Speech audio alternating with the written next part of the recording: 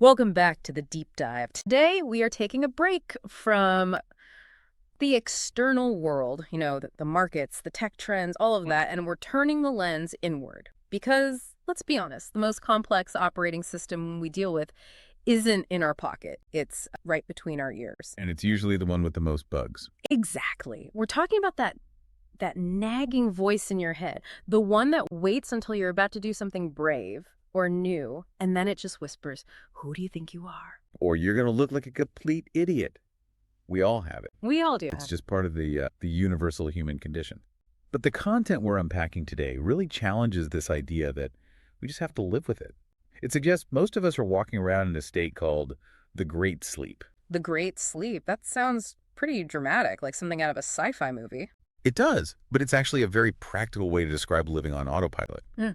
The premise here is a roadmap, a really punchy, kind of no-nonsense guide on how to wake up from that, how to stop doubting your own greatness and, start living a more awesome life. So the mission today is to move from just understanding this stuff to actually getting the tools to fix it. Right, to actually apply it. I love the tone of this material. It's direct, it's a little in your face, but it's grounded in some, real psychology. So let's start where the content starts. The mechanics of the mind. Why are we asleep in the first place? Well, to get that, we have to look at the iceberg analogy. It's a classic, but for a good reason. So picture an iceberg floating in the ocean. Okay. You see the tip, right? That little bit sticking out of the water? Mm-hmm.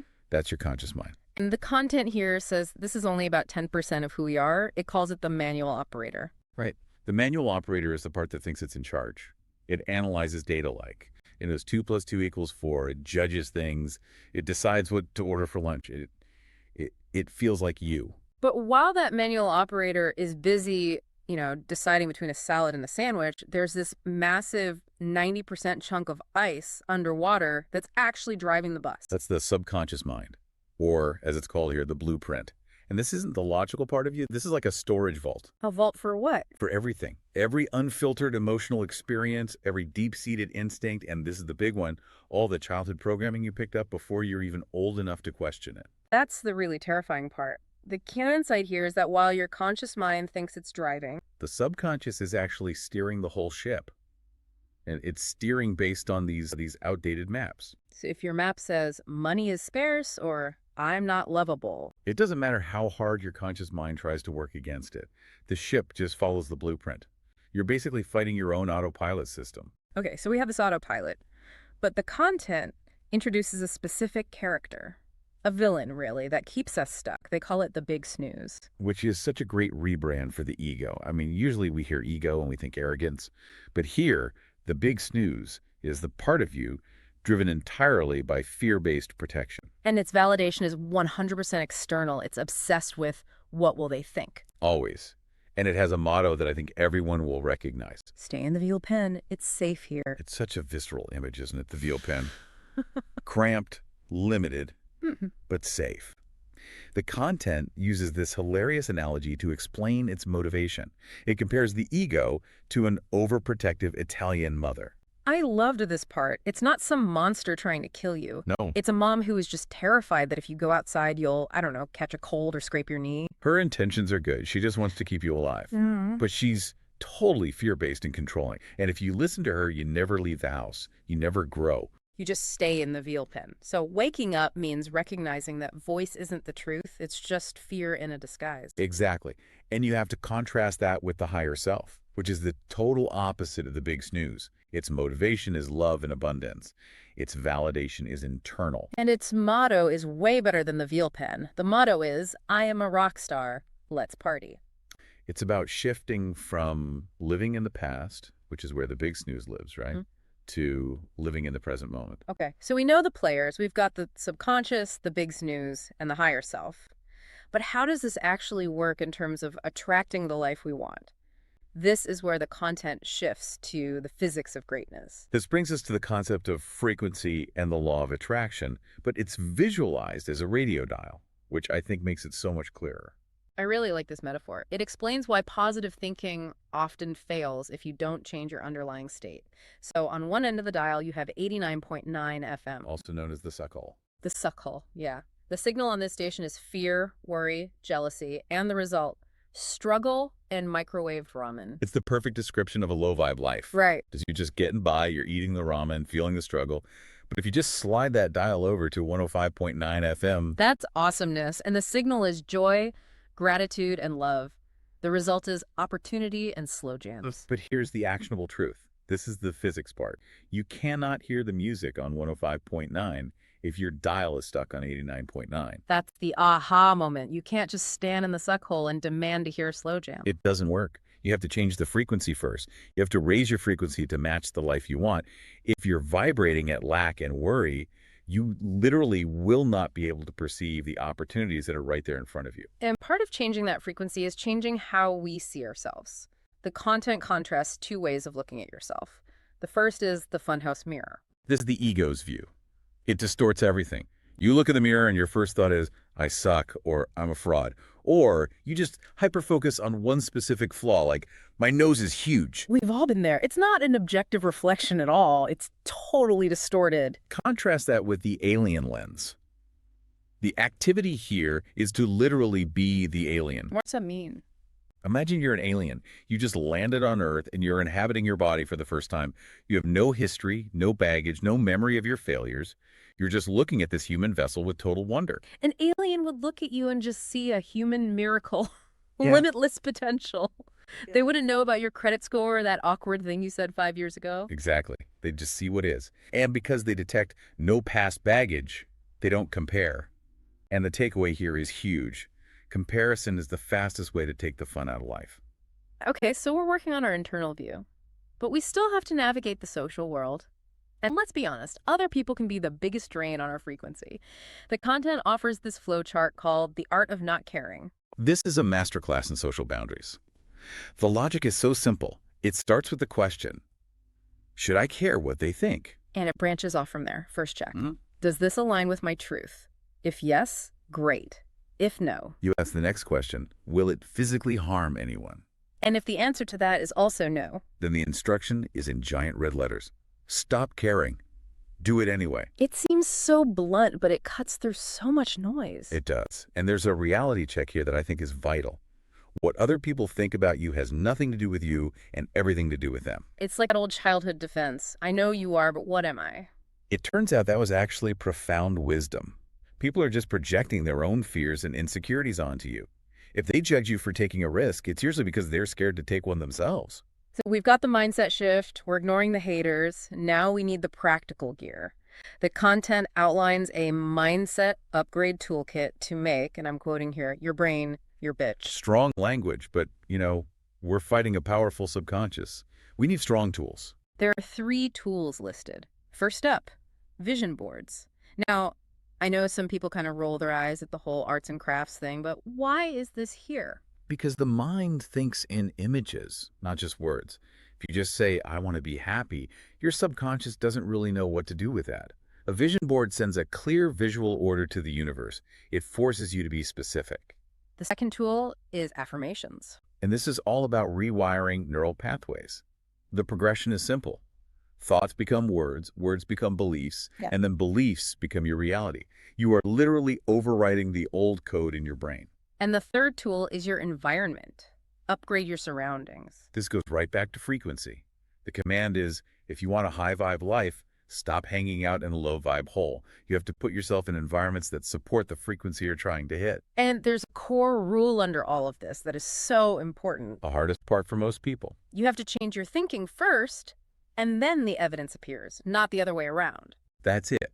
We all want to see the result before we'll believe it. This model says you have to believe it in order to see it. Let's talk about the practice that anchors all of this. Meditation. The content calls it Meditation 101, tapping the mother lode. I love how they simplify this. There's no complex mantras or anything, just 3 steps. 1, sit. 2, shut up. 3, listen. Sit, shut up, listen. I think I can do that. The contrast they draw is really powerful. So without meditation, the brain is described as chasing squirrels. It's stressed, it's reactive, jumping from one thing to the next. But with meditation, You get into the zone. This is where your intuition kicks in. This is where you get those downloaded ideas. It just opens up the channel. and once that channel is open, you can move to gratitude, which is described as the gateway drug to abundance. The visual here is a rocket ship. It's on a launch pad called Fear and Victimhood, and it's blasting off toward abundance. And the fuel for that rocket is gratitude. But it's easy to be grateful when things are great. What about when they aren't? The content gives us a magic phrase. This is good because... This is such a brilliant reframing tool.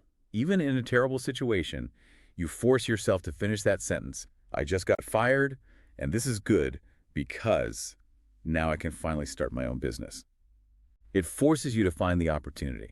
And there's an interesting distinction made here between faith and gratitude. Yes, faith is believing in something you can't see yet, but gratitude is knowing it's already yours. It's a totally different energy. It creates this sense of ownership and presence. So we're meditating, we're grateful. Now we have to deal with the stories we've been telling ourselves for years. The section on rewriting your story has a concept that really stuck with me, the false reward. This is the heavy lifting, psychologically. We stick to our old stories like I can't make money or I'm bad at relationships because we get a secret benefit from them, a false reward. What kind of reward do you get from a bad story? Usually it's safety or not having to try. If your story is I can't make money, the false reward is, well, this keeps me safe or I don't have to risk failure. As long as you have that story, you have an excuse to stay in the veal pen. So to fix it, you have to identify that secret payoff and then consciously replace the story. Exactly. The metaphor used is just beautiful. Breathe out the kid who wrote the story. Breathe in the adult who can write a new one. That's powerful. It's about acknowledging that the old story served you when you were small, but it doesn't serve you now. So once you have that new story, you have to make the almighty decision. And decision is a heavy word here. The etymology of it actually means to cut off. It compares wanting versus deciding. Wanting is just wishing. It's saying, I'll try. And it results in you staying exactly where you are. But deciding means you cut off every other possibility. The visual is a burning bridge behind you. You're all in. You're all in, whatever it takes. That leads us directly to one of the biggest sticking points for people, money. The content presents a wealth consciousness ladder. And most of us start at the very bottom rung, lack. This is where that belief that money is evil lives. So we have to climb up. The next rung is clarity, knowing what you actually need. Then frequency, believing you're worth a high value. But the top rung is abundance, which is defined as money facilitates my service to the world. This is a total game changer. It reframes money not as greed, but as a tool for impact. The new rules here are pretty blunt. You cannot give what you do not have. And my personal favorite, being broke does not help the world. It's true. We often have this weird martyrdom complex about money, but if you really want to help people, having resources makes you a lot more effective. Now, climbing that ladder is scary, which brings us to fear. But the content says, fear is for suckers. Well, it reframes it. It shows the comfort zone as safe, boring, and stagnant. And then there's an arrow pointing to where the magic happens. Which is described as terrifying, exhilarating growth. And the motto is, new level, new devil. Fear is just a green light indicating you're about to do something awesome. I love that idea. Fear is a green light. We usually treat it as a stop sign. That's the big snooze talking. The higher self knows that fear means you're expanding, you're growing. Okay, finally, we reached the last step. Surrender. This seems like a contradiction. I mean, we just talked about making the almighty decision and taking action. Now we're supposed to surrender. It's the balance of faith and action. You need both. So on the action side, you get crystal clear and you take hell-bent, glorious action. But on the faith side, you let go of the stranglehold. You have to trust the universe on the how. You do your part, and then you trust that the rest will fall into place. The final affirmation in the content sums this all up so well. You are powerful, you are loved, you are surrounded by miracles. Believe. It's a beautiful place to land, isn't it? So let's just recap this journey. We started in the great sleep, being steered by our subconscious and the big snooze. We learned to tune our frequency up to 105.9 FM awesomeness. Right.